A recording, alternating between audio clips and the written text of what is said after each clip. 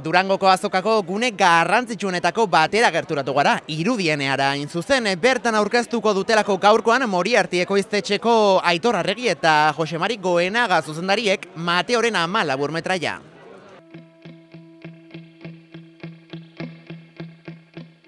Bueno, bikote, eskerrik asko gurekin bat izatearren, arratsaldean.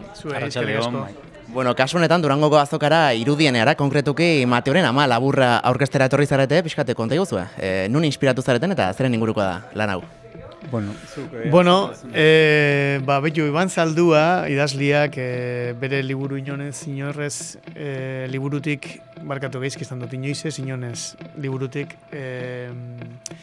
relato bat, irakurri nuke nuen liburua, eta relato bat dago ama daukana izena, asko gustatu zitzaiguna, ikusten genulako alde batetik narratiboki potentea zala, eta gero zeukan nolako, ez dakit, ambiguedade bat edo, izan zitekena genero nahasketa bat edo, oso bat etorri zitekelna guk kontatu nahi genuenakin, ez da, eta gero guk ere gure pixkat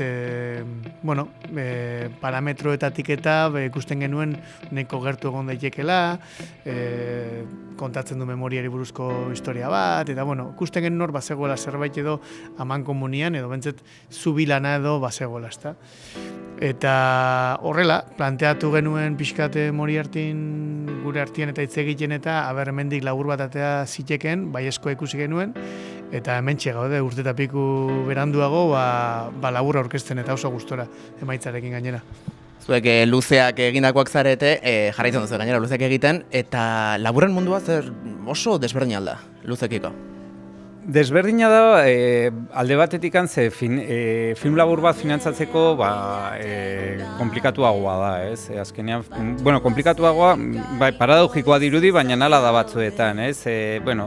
Film luzek badauzkate bide, finantziazio bide argi batzuk, ez? Eta film laburretan askotan astentzea egiten diru laguntza batekin, baina agian diru laguntza hori ez da nahikoa, orduan favoreak eskatu behar dituzu, eta bere komplikazioak baditu, ez? Baina egia da baitere azkenean badaudela istorio batzuk motzak diala berez eta formatu motzean kontatu behar diala, ez? Eta guri gustatuko litzaiguke istorio horiek ere kontatzen jarraitzea, ez? Eta kasu honetan Mateoren ama argi zegoen film labur bat zela, baina oso interesgarria iruditzen zitzaigun. Orduan, hor planteatzen zuen gogoetarengatik, ez memoriaren inguruko gogoetarengatik eta azkenean animatzen zea, ez? Orduan, desberdina, planifikatzerako orduan, aktoreak zuzentzerako orduan ez da desberdina, baina horren atzetik dagoen lan guztian badaude diferentziak.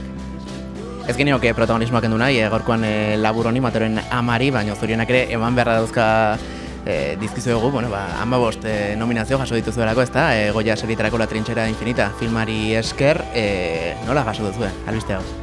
Eskerrik asko, eta, pozik zela jasoko dugu. Azkenian guetzako beti pentsatzezu jauzi daitezkela bat edo beste, eta hola, baina 15 inondik inora, ez da? Eta guk uste dugu azkenian nominazioek berez ja saria diala.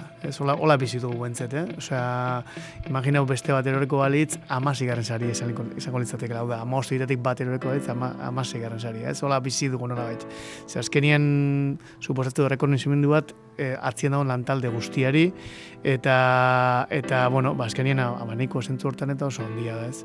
Ja, jetxik gara, pixkatxo bat, ez da, lainotatik, egia da baita lehenengo, egun horretan jasotu zunien informazio guztia, entrevistak eta zorionak eta whatsappak eta guzti hori, pixkat, egun oso desberdin izaten dela.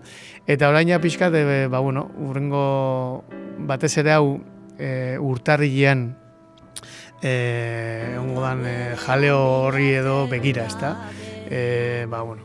Festa, Forke, Feroz, hor beste sari batzuk horre izendatu izan da La Trinchera, eta, atzea eta horre bilibarko bueltaka, baina nahiago du noski hori, etxien geldioti baino. Eta Jose Mari nolako izan da, gaztelaniaz, obra bat sortzen lan hori? Bueno, berezia izan da, baina ez hainbeste gaztelaniaz izateagatik, baizik eta andaluzieraz izateagatik, ez?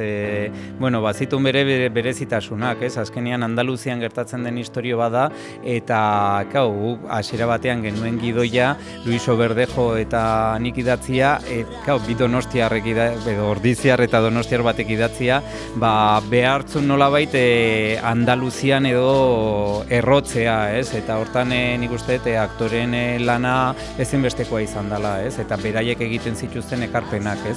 Ez soilik azentuaren aldetik, baizik eta, bueno, beraiek azkenean, beraien Aiton Amonen bizipenak eta ekarri zitzaketen, ez?